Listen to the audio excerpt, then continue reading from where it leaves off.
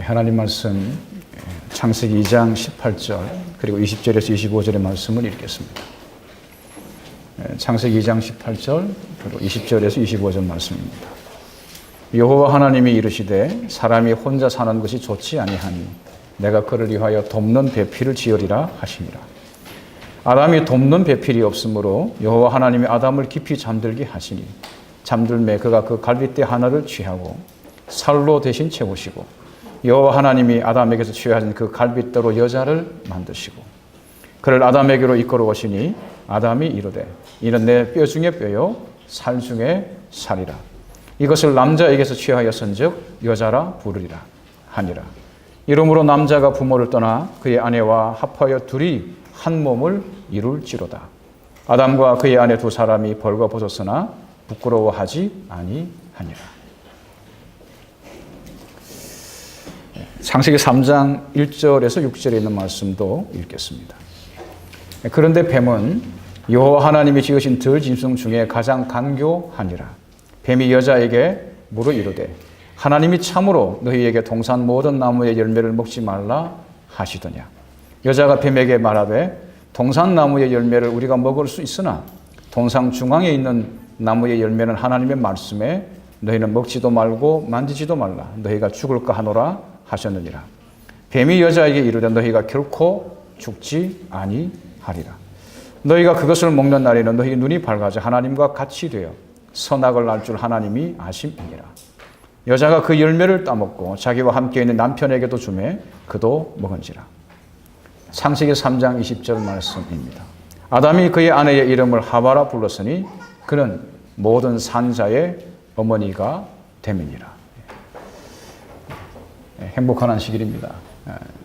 제가 미국을 떠나올 때 제가 만났던 선배 한 분이 이상한 그림도 아니고 뭐 글도 아닌 이렇게 손으로 이렇게 갈긴 쪽지 하나를 제게 문자를 보냈습니다. 참고로 하십시오. 이거는 진리가 아닌데 이상하게 진리처럼 됐습니다. 받침 하나 뺐을뿐인데입니다. 인명제처다. 인명제천에서 이렇게 제천이가 니은 하나 뺀 겁니다.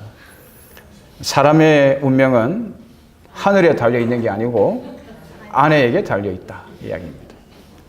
지인 인사 대천명 들어보셨죠? 사람이 최선을 다한 후 하늘의 명령만 기다리면 됩니다. 근데 이게 지인사 대처명입니다. 최선을 다한 후 아내의 명령만 기다리는 것입니다. 지성이면 감천 들어보셨죠? 정성을 다하면 하늘도 감동을 받습니다. 근데 이게 지성이면 감체가 됩니다. 정성을 다하면 아내가 감동을 받습니다. 천하태평, 하늘 아래에서 모든 것이 다 평안한 것입니다. 근데 처하태평입니다.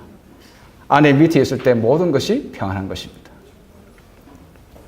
이건 또 다른 내용입니다. 사필 규정이죠. 중요한 것들은 다 하늘의 이치를 따라 이렇게 이루어진다. 가장 결정적인 것들은 뭐 그런 뜻인데 진짜 중요한 것은 결국 다 아내 뜻대로 된다. 이런 내용입니다. 되게 중요한 것인지 막 사진 찍고 그러시네요.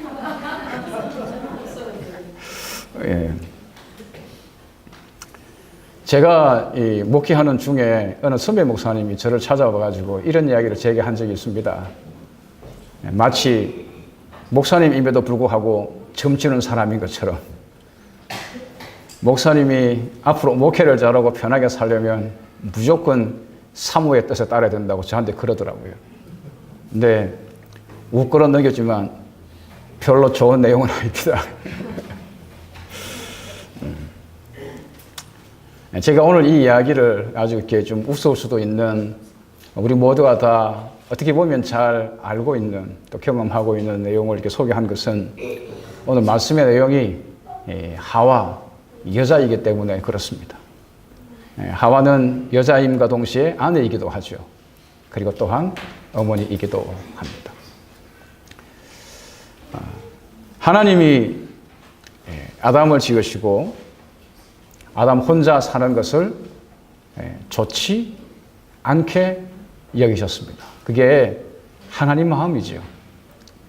우리가 다 아시지만 내 자식이 장성했는데 혼자 살고 있으면 마음이 별로 안 좋잖아요. 그렇지 않나요? 옛날 사람이라서 그런가요? 옛날 사람일수록 어쩌면 더 그렇습니다. 혼자 사는 걸 보면 참 안 돼요. 마음이 아파요. 그래서 이렇게 젊은 사람들이 명절에 이렇게 부모 만나는 것을 대단히 부담스러워 한다고 하지 않습니까? 결혼 이야기 꺼내는 것을 대단히 싫어합니다. 제가 말씀을 이미 드린 적이 있습니다. 지금 우리가 사는 시대는 함께 사는 것을 엄청 두려워하는 시대입니다.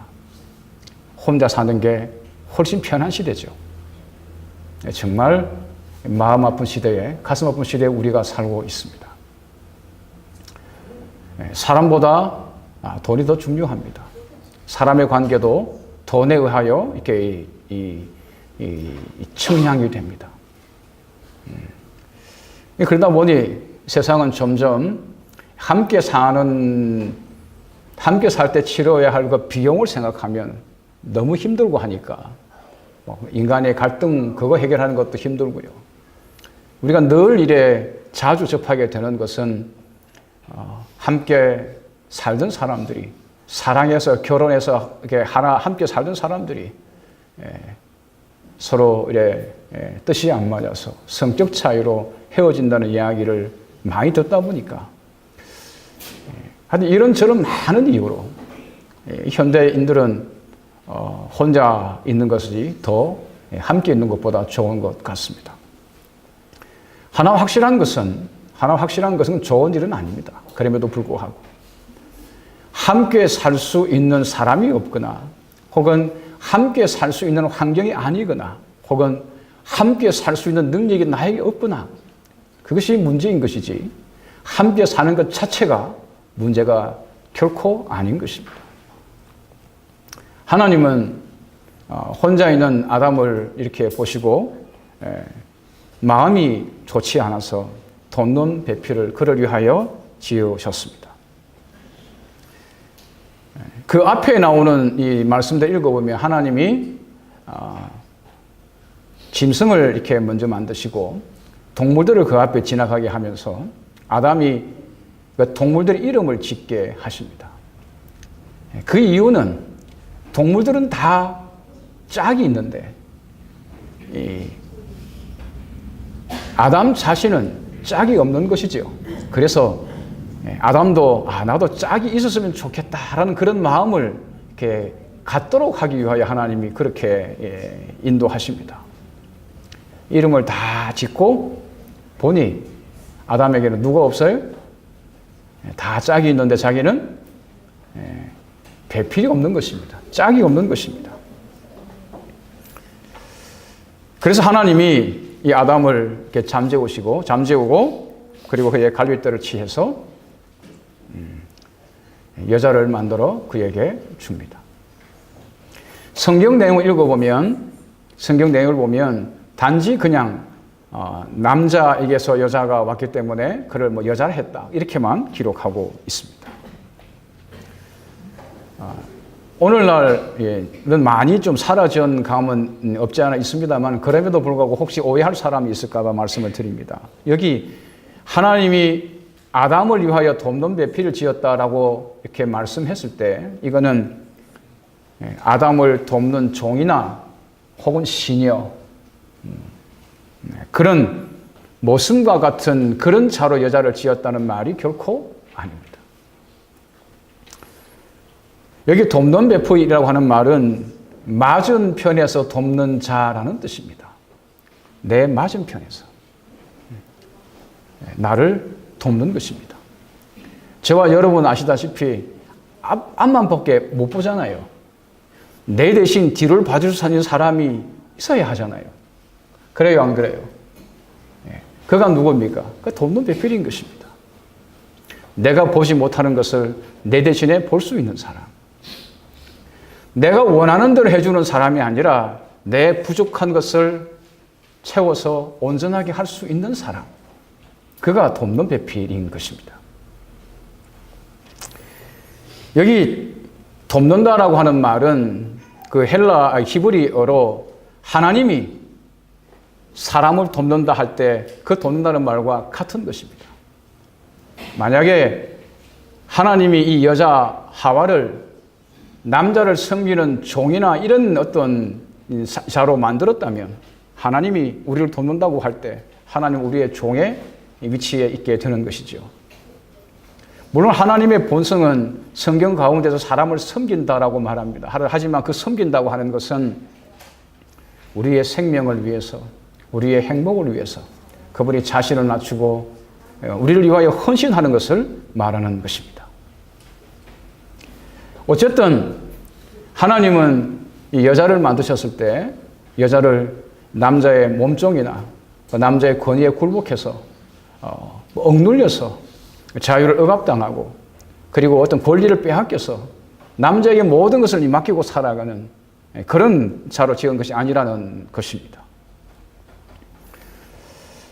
부조 선지서 46페이지 보면 이런 말씀이 있습니다. 하나님께서 친히 아담에게 한 반려자를 주셨다. 반려자라는 말은 짝이 되는 사람입니다.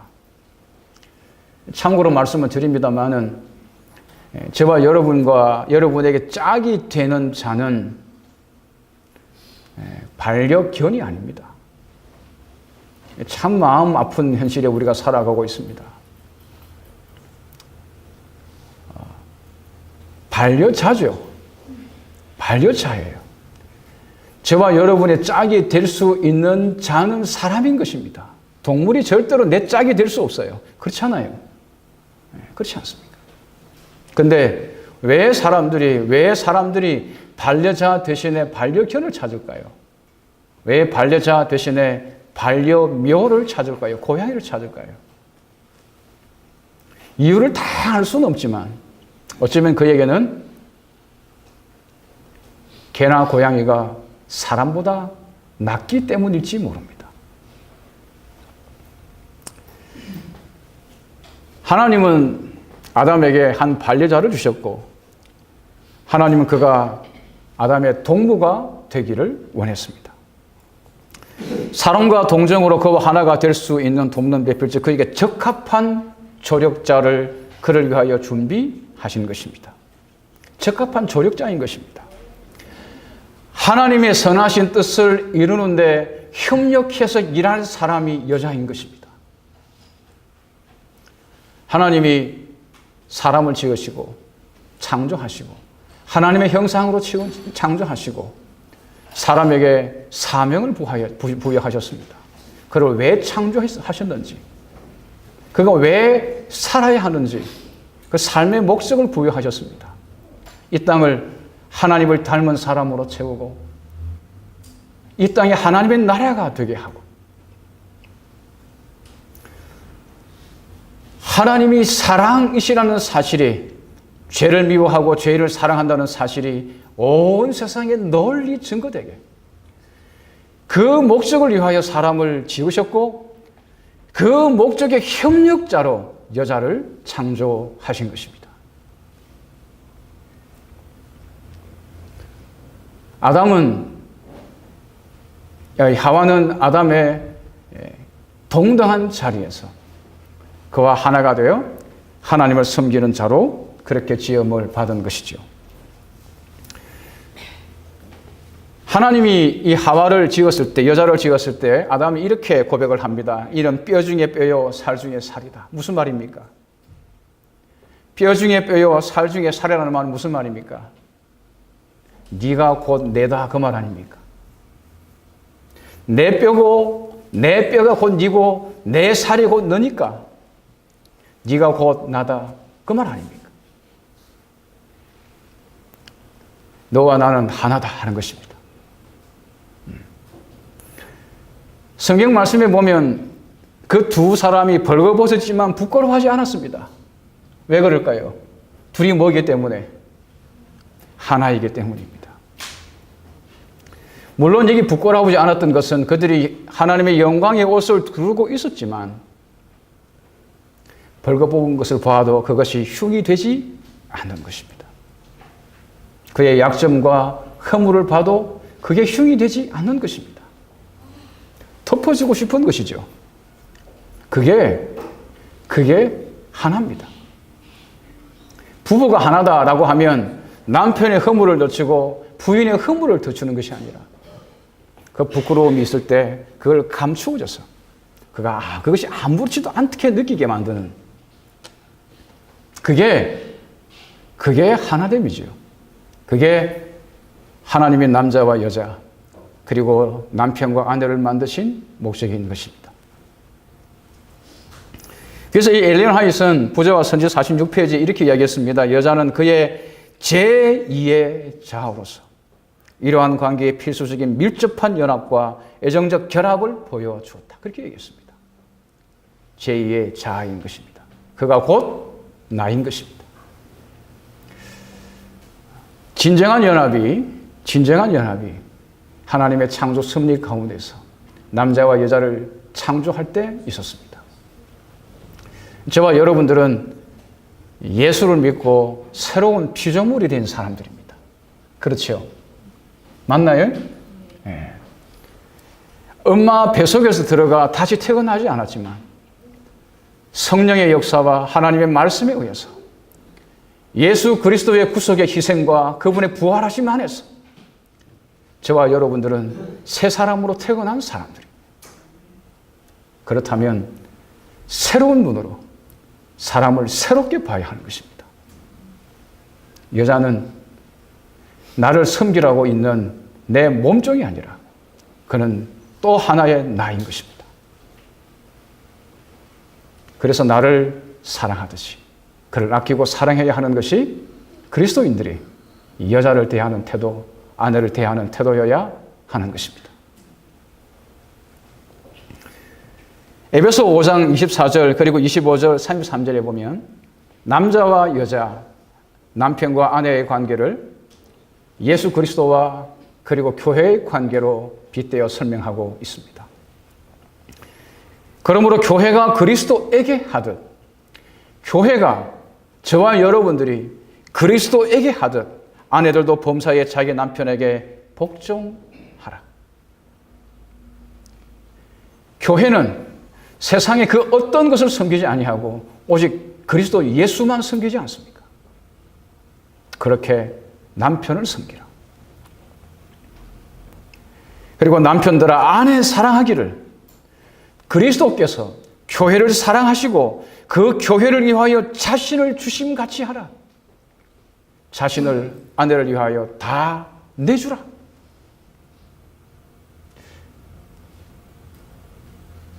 아까 읽었던 것처럼 이 여자가 원하는 대로 다 해줘야 세상에 편해서 그런지는 잘 모르겠습니다만은 성경 말씀이 그렇습니다.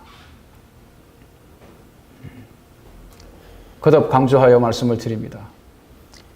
우리의 문제는 아내로부터 혹은 남편으로부터 혹은 자식으로부터 혹은 믿음의 동료인 신자들로부터 내가 더 많은 사랑을 받지 못한 것이 우리의 아픔이고 우리의 문제가 아니고 그리스도 예수께서 나를 사랑하신 것처럼 우리를 사랑하신 것처럼 내가 그를 내 아내를 내 남편을 내 자식을 내 부모를 내 성도를 그렇게 사랑하지 못하는 것이 우리의 진짜 아픔이어야 한다는 사실.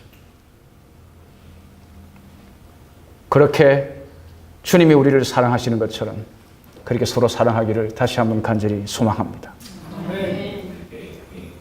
진정한 사랑이 있는 우리 성도들의 가정 그리고 우리 교회가 되었으면 정말 좋겠습니다. 근데 여기 하나님의 섭리와 뜻과는 반대되게 문제가 생겼습니다. 창세기 3장부터 보면 뱀이 여자를 유혹하는 것이죠. 성경에 보면 뱀은 여호와 하나님이 지으신 들 지신 중에 가장 간교하다 그렇게 얘기했습니다. 여기 눈여겨보십시오. 뱀은 누구라고요? 하나님이 지으셨다 그렇게 이야기했습니다. 피조물인 것입니다. 근데 그가 가장 간교합니다. 여기 이 간교하다는 말의 이 히브리어는 원래 영리하다는 것입니다. 슬기롭다는 것입니다. 근데 이게 잘못되면 잔꾀가 되죠. 교활하게 되고요. 말하자면 타락한 것입니다. 부패하게 된 것입니다. 자신의 이익을 위하여 그 좋은 머리를 사용하는 것입니다. 타인을 해쳐서라도 자기가 원하는 것을 가지는 것입니다. 그 좋은 머리를 사용해서 말이죠. 그게 여기 사용된 강교하다는 말의 뜻입니다. 다들 아시다시피 뱀은 누구죠? 단순히 뱀이 아닌 것입니다. 뱀은 만약에 영리하고 아름답다면 그 자체로 영리한 뱀일 뿐이고 아름다운 뱀일 뿐이죠. 마치 참 영리한 개인 것처럼 말입니다. 그는 우리가 이 교제를 나누어야 할, 사랑의 대화를 나누어야 할 인격체는 아닌 것입니다. 다시 말씀드리지만 반려견이나 반려묘나 그렇게 될 수 없는 것이죠. 성경은 이 뱀을 이렇게 말합니다. 그 뱀은 큰 용이기도 하고 곧 마귀고 사탄인데 온 천하를 꿰는 자다, 유혹하는 자라고 말합니다. 사탄은 절대로 자신을 우리를 해치는 자로 나타내지 아니하죠. 원래 사기꾼들이 너 사기칠 거야 하고 이렇게 대놓고 다가오지 않지 않습니까? 그가 참 좋은 사람인 줄 알았는데, 지금까지 내가 살아온 사람들 중에 가장 친절한 자인 줄 알았는데, 그래서 당하는 게 사기꾼 아닙니까? 사탄도 우리에게 다가올 때 절대로 마귀의 모습으로 다가오지 않죠. 광명의 천사로 가장하여 다가오는 것입니다. 저와 여러분이 정말 조심해야 하는 것은 아첨하는 말, 나를 이롭게 한다고 하는 그런 말들에, 그 달콤한 말들에 조심하셔야 하는 것입니다. 세상에서 어쩌면 가장 경계해야 할 사람은 나를 미워하는 사람보다 나를 칭찬하는 사람일지 모릅니다. 칭찬은 고래도 춤추게 하지만 칭찬은 그 고고한 인간을 부패한 인간으로 만들기도 합니다. 그래서 저와 여러분들이 거듭 강조하지만 사람의 칭찬에 기대하지 않기를 간절히 바랍니다. 하나님이 우리를 인정하십니다. 하나님이 우리 마음을 헤아리십니다. 그러니 하나님 안에서 그분을 인하여 만족하시고 그분이 인정하시는 그 사람, 그 안에서 쉬시고 사람들의 칭찬, 사람들의 오해, 그런 것들에 대하여 흥분하거나 중심을 잃지 않게 되는 그런 우리 성도들이 되기를 간절히 소망합니다. 아까도 말씀드린 것처럼 이 뱀은 여호와 하나님이 지으신 피조물입니다. 모세가 창세기를 기록할 당시에 이 창세기를 읽어야 할 그 당시 사람들은 애굽에서 잔뼈가 굵은 사람들입니다. 애굽 사람들은 특별히 뱀을 신으로 숭상했고, 사람이 죽으면 뱀은 주로 지하에 있으니까 사람이 죽으면 다 땅속에 묻히잖아요.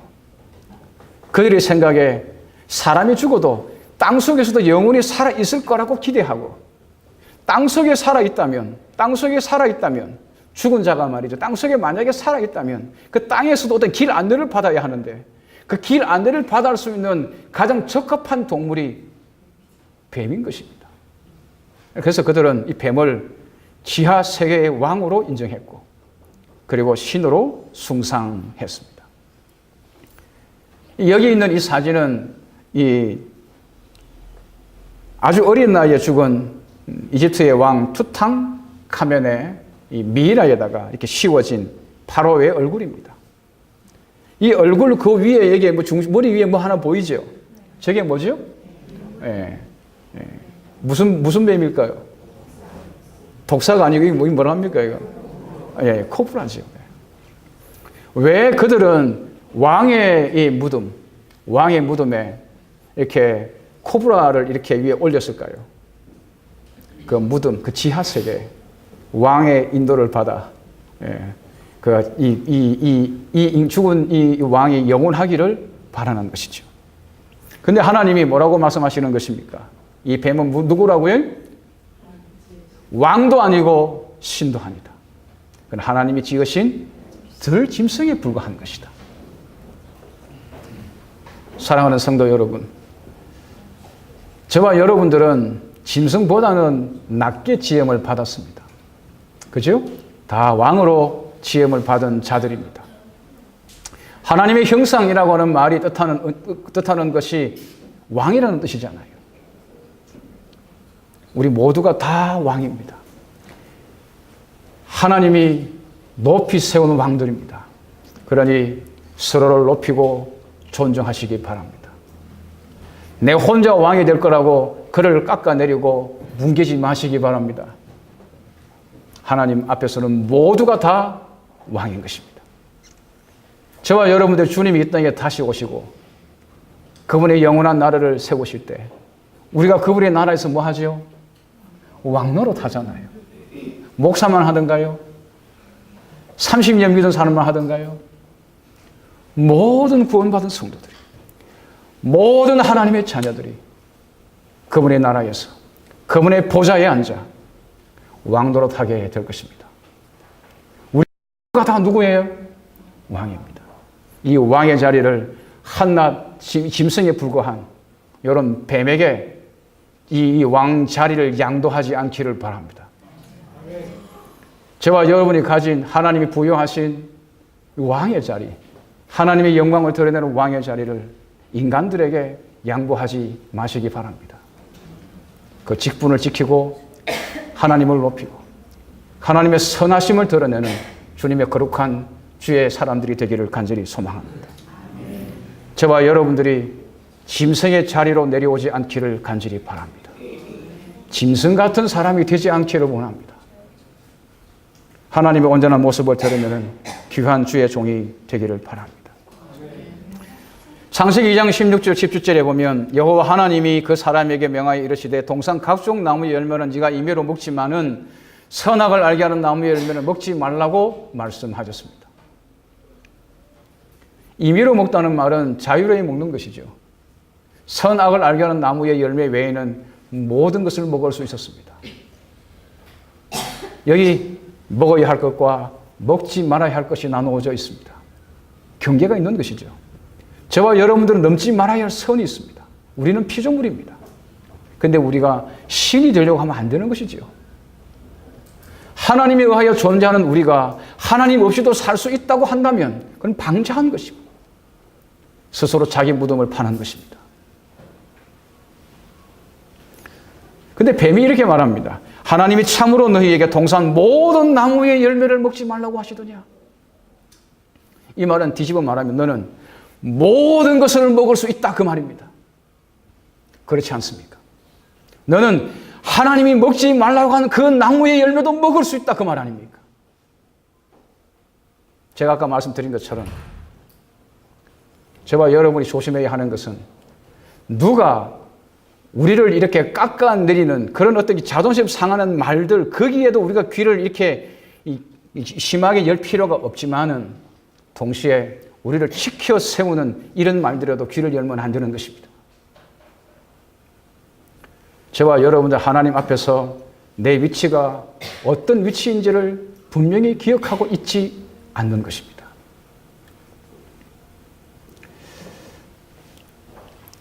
창세기 2장 17절에 보면 하나님 말씀하십니다. 네가 먹는 날에는 반드시 죽겠다. 근데 이 뱀이 뭐라고 그럽니까? 하와가. 여자가 뭐라고 그럽니까?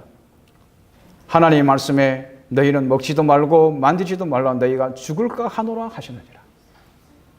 하나님이 하시지 않은 말씀 그가 더합니다. 자기 생각으로. 더하고 그 다음에 뺄 건 빼버립니다. 더할 건 더해버리고.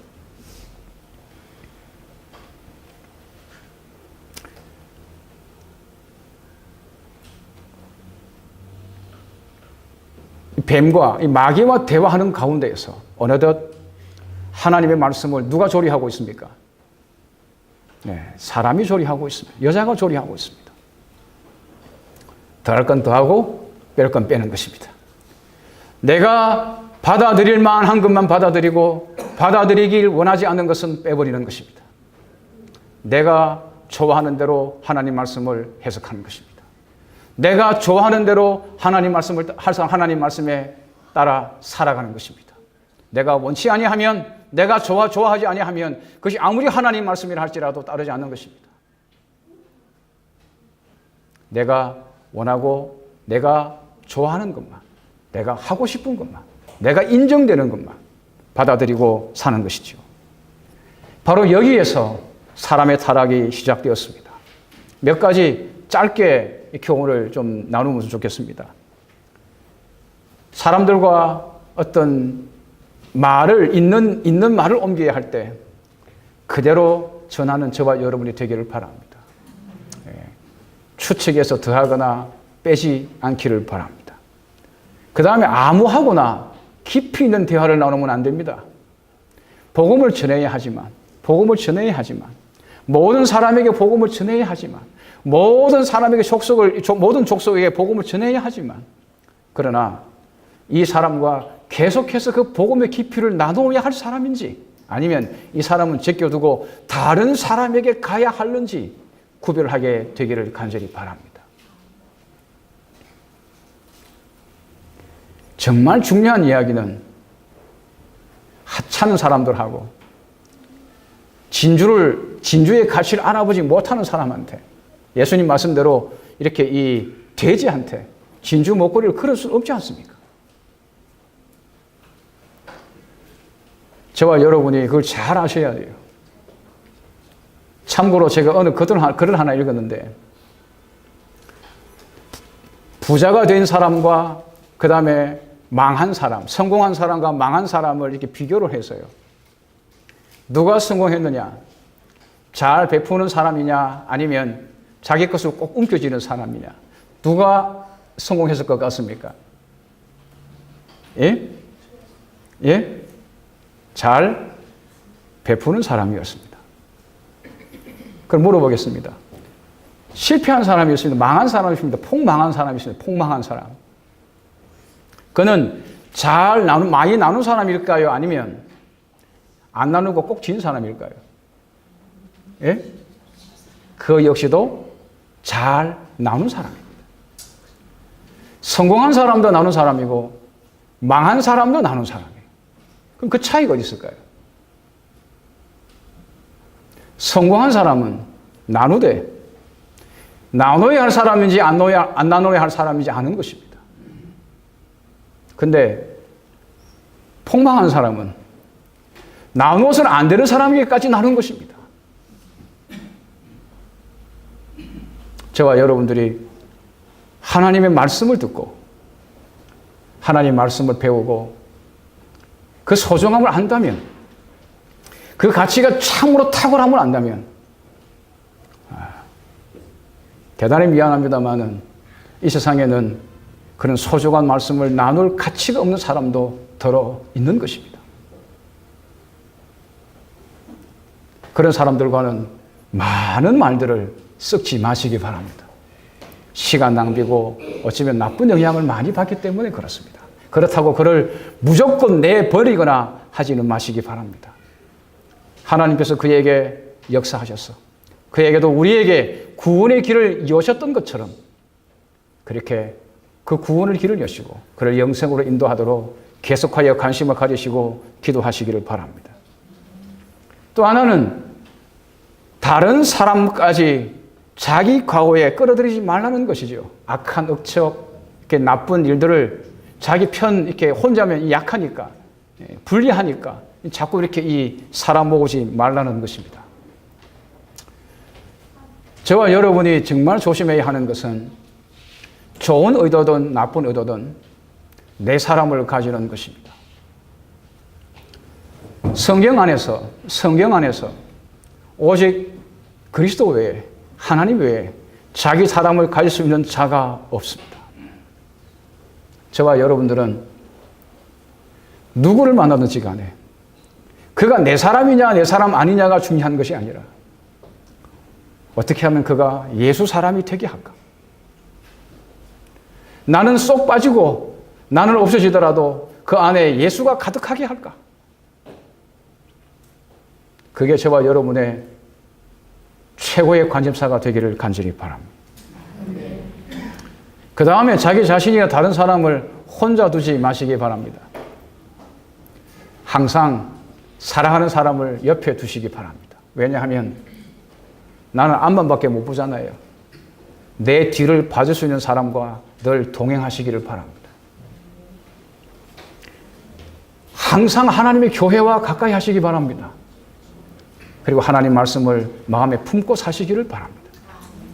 그래야 마귀의 이 속삭이는 음성, 치명적인 나를 칭찬하여 올리는 것 같지만 나를 파멸로 이끄는 사탄의 유혹으로부터 자신을 지킬 수 있습니다.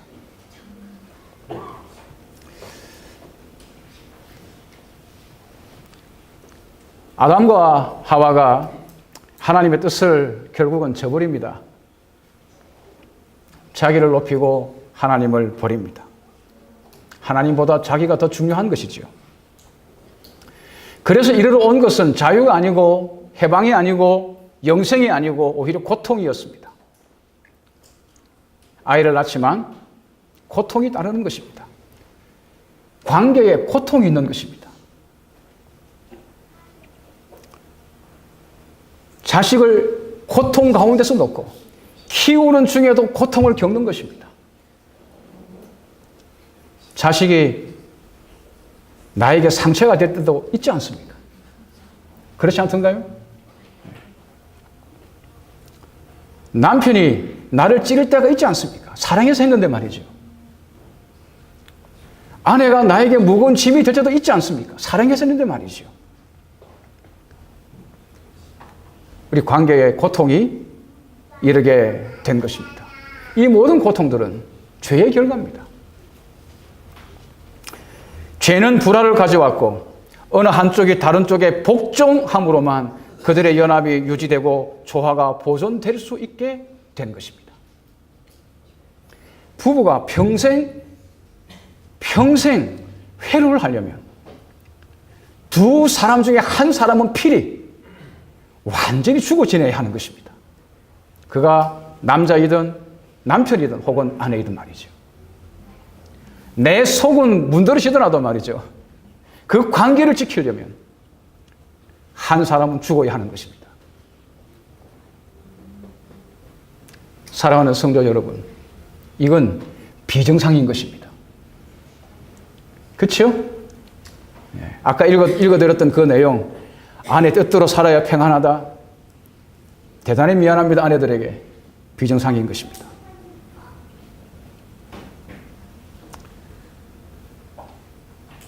한 사람에게 자기 뜻을 완전히 포기해야만 사는 것이 아니라 오히려 좀 거꾸로 상대를 존중하고 높여줌으로 사는 것입니다. 여러분, 저기 단 자기를 이렇게 낮춘다면, 상대를 높이기 위한 낮춤이라면 용납하십시오. 우리 주님처럼 말입니다. 우리를 높이기 위하여 주님이 자신을 낮추셨지 않습니까? 그렇죠? 기꺼이 그를 사랑해서. 그러나 억지로 굴욕스럽게 낮춰지는 말이기 바랍니다.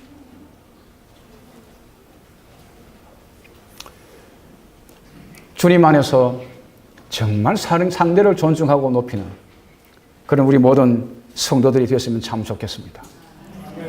주권의 남용. 남자가 강압적, 정말 갑질이죠. 하나님의 뜻이 아닌 것입니다. 그 반대편도 마찬가지겠죠. 하나님의 뜻이 아닌 것입니다. 거듭 말씀을 드리지만 서로를 높이고 존중하게 되는,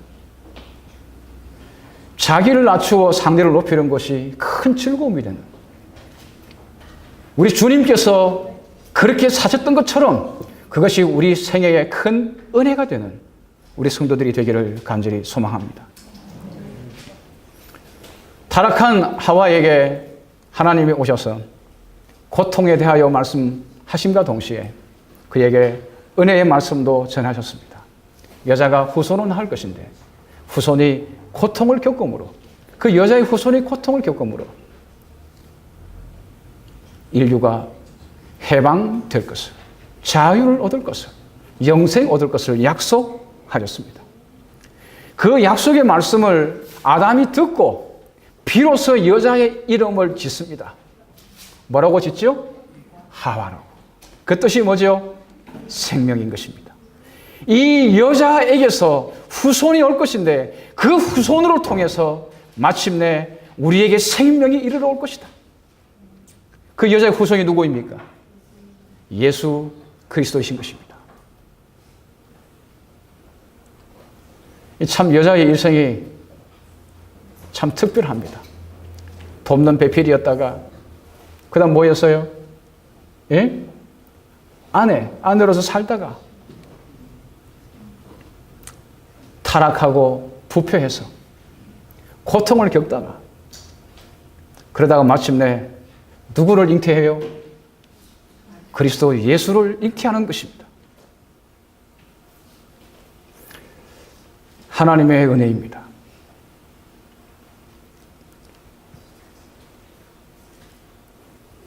이 그냥 단순하게 남자와 여자의 관계에서 모든 남자는 다 누구에게서 태어났어요?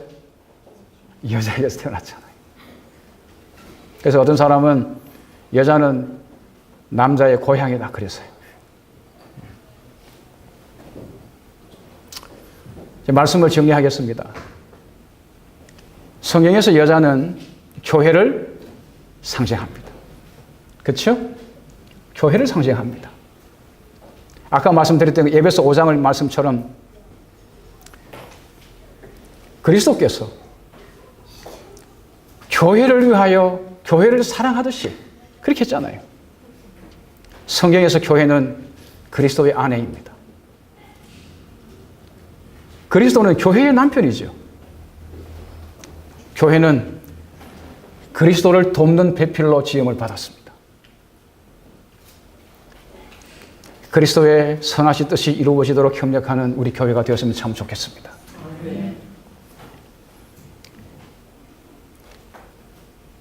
이 교회는 생명을 잉태하고 출산하는 어머니입니다. 그렇죠?